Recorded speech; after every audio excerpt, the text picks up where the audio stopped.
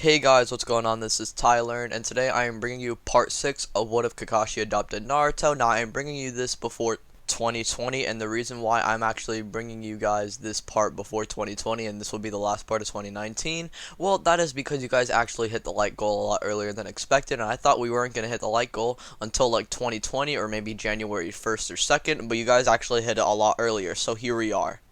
Now, like all the other parts, credit to anime sages, What If Kakashi Adopted Naruto, link in the description, and if you guys actually want to be provided the other parts, as I'm not going to be providing a recap, and if you want a link to the other parts, well, I have a playlist down in the description, so you guys can go check out parts 1 through 5, and then come back to part 6. Now, for the sake of the other parts, since part 5 didn't really hit its like goal, I'm going to be reducting this like goal to actually 2,000 likes. If we get 2,000 likes, then part 7 will drop. And with that out of the way, ladies and gentlemen, let's get right into the video.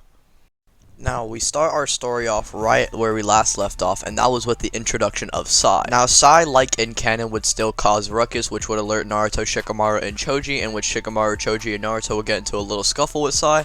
However, as Sai and the others proceed to scuffle, it would actually be soon interrupted by Kakashi, and Kakashi would actually interrupt, saying that Sai is actually going to be their teammate and is actually going to be replacing Sasuke for the sake of the mission.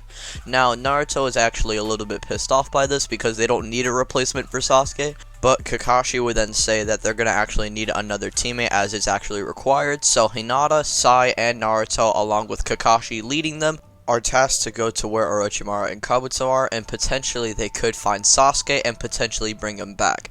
Now, when Naruto actually hears all this go down, he would actually stop fighting Sai and would actually apologize to Sai, in which Sai would just ignore his apology and basically keep his attitude like how he does in the beginning of the saga, and this would stir up tension between Sai and Naruto. However, a key difference in this saga that will actually play out in the introduction is Hinata. Since Sakura isn't there to basically get mad at Sai and punch him, Hinata is actually going to take Sakura's place. But rather than being in completely Sakura's position and is just punching Sai and Naruto throughout half of the saga, Hinata is basically trying to talk to Sai and trying to get Sai to open up. Which, like in canon what Sakura did with Sai, Sai would actually let out some information about his brother, and which would cause Sai and Hinata to bond a little. Now, this isn't enough bonding to basically try and make a love triangle, don't think I'm trying to do that, but Sai and Hinata have actually become friends.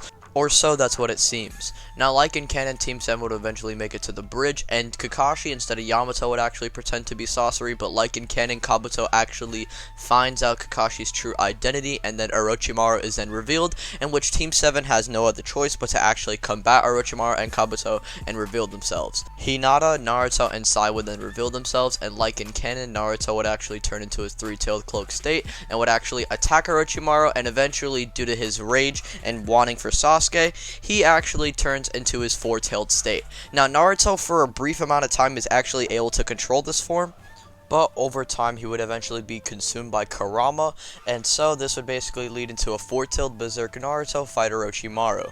Now, like in canon, Orochimaru is just overwhelmed by the four-tailed Naruto. Even the four-tailed Naruto is able to overpower 3 whole Rashomons, and so Orochimaru and Kabuto, like in canon, would retreat, and Sai would basically reveal to Team 7 that he's a part of Orochimaru and Kabuto's team by basically flying off with Orochimaru and Kabuto.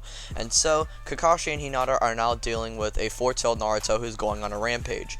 Hinata tries to get Naruto to open up, and Naruto then hesitates for a moment because Hinata and Naruto actually share feelings with each other, a lot more of a significant relationship than that of Sakura and Naruto. So Naruto doesn't just attack Hinata, but rather would actually try and attack Hinata, but when Hinata actually tries to talk to Naruto, Naruto hesitates. And during that moment of Naruto's hesitation, Kakashi would then proceed to dash towards Four Tails Naruto and suppresses the Nine Tails with one of those suppression tags. And like in canon, Naruto would actually be suppressed, and Naruto, along with the rest of Team 7, would eventually make it to Orochimaru's hideout. But the difference here is that instead of Team 7 just running around Orochimaru's hideout until eventually finding Sasuke, they would know his exact location due to Hinata having the Byakugan, and they would immediately know which room Sasuke is in, and they would proceed to rush towards that room, and they would encounter Sasuke right off the bat. When Team 7 meets eye to eye with Sasuke for the very first time, Kakashi and Hinata are shocked, but the one who has the most shock is Naruto. Naruto can't even get the words out of his mouth. He would just stutter out, Sasuke. Sasuke would then look at Naruto, and Sasuke would then mutter under his breath, "Ugh, Naruto, it's you." At that point, Sasuke would then get up from where he was currently laying down, and he would get ready to form a Chidori, while Naruto would then proceed to form a wind-release Rasengan. Naruto and Sasuke would then clash, and Sasuke, due to actually not knowing that Naruto was using a wind-release Rasengan, he wouldn't just notice Naruto adding wind release, which would hard counter his regular Chidori, in which Sasuke would actually feel the repercussions of facing against a wind style Rasengan, with all the lightning around his Chidori just consuming his body. After Sasuke suffers the repercussions of facing off against a wind-style release Rasengan, Naruto would then kick Sasuke in the face, which would send Sasuke back, and the wall behind Sasuke would actually have a mini crater due to Naruto putting in so much force with that one kick. Sasuke, after feeling so much power from Naruto, would actually understand and indicate how powerful he really is, and so he would actually just stop holding back and would proceed to activate his 3-Tomo Sharingan. Sasuke would then dash at Naruto, and base Naruto compared to Sharingan Sasuke isn't even a close match, and it's actually in Sasuke's favor. So when Sasuke actually dashes towards Naruto, Naruto would only see Sasuke as a blur, and Sasuke would just hit Naruto with a barrage of taijutsu combos. Naruto would be pushed back, and Naruto would have no other choice but to activate his one-tailed cloak. Naruto would then power up using even more of Kurama's power and would rush at this Sasuke.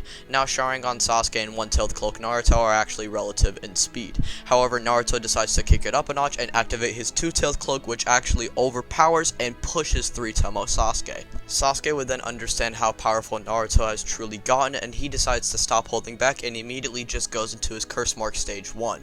Now this Curse Mark Stage 1 Sasuke is actually above two-tailed cloak Naruto, so I'm just going to have Sasuke completely outclass this Naruto and send him flying and just bullying him with lightning release. However, then Naruto decides to kick it up a notch and activate his 3-tailed cloak state. Now 3-tailed Naruto is just completely above this Curse Mark 1 Sasuke, and so Sasuke has no other choice but to activate his second stage. And so Naruto then activates his Curse Mark Stage 2, and Curse Mark Stage 2 Sasuke versus 3-tailed Naruto would then happen.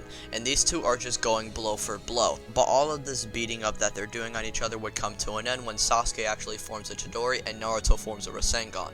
Naruto then rushes at Sasuke while Sasuke rushes at Naruto, and they then have a Chidori Rasengan clash. Now with this clash, they actually just completely destroy Orochimaru's hideout from the sheer power that they're actually producing. And Hinata and Kakashi are actually blown back from this, along with Sai, Orochimaru, and Kabuto, but eventually Sasuke and Naruto would stop their clash, and it would actually be revealed that they actually negated each other completely. Naruto didn't win, but neither did Sasuke, and Sasuke and Naruto would actually suffer repercussions from this, and they would actually suffer great damage from their arms, or the arms that they're actually doing their trademark moves. Now after this, Sasuke would then get ready to use a Kirin just to finish everyone off, but Orochimaru would then stop Sasuke, as Orochimaru would then say how it's been enough.